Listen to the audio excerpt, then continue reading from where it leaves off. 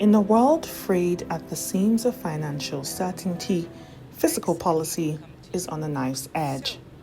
According to the IMF's April 2025 Fiscal Monitor, global public debt is rising to historic levels and fiscal pressures are intensifying. One must go beyond reference projections.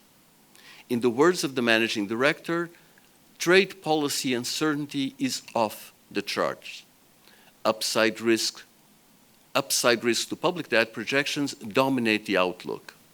The October 2024 Fiscal Monitor introduced a novel tool to quantify the distribution of debt risks around the reference projection. We call it public debt at risk. According to this tool, global public debt 3 years ahead would come at 117% of GDP in a severe adverse scenario.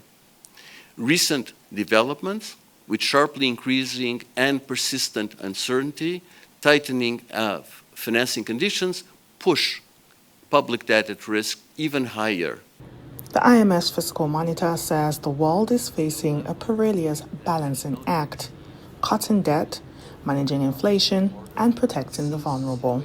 And for Nigeria, the stakes could not be higher, as it embarks on one of the most politically charged reforms: subsidy removal. And finally, an important message I would like to give for Nigeria, but also for many other countries, is that fiscal institutions are very important. Having a medium-term fiscal framework, public financial management are key important because, on the one hand, they try to help the fiscal anchor, so they set a path for the fiscal adjustment, but also reduce fiscal uncertainty per se. So as Vitor mentioned, we want fiscal to be a source of stability and not a source of uncertainty, and that is where fiscal institutions have an important role to play.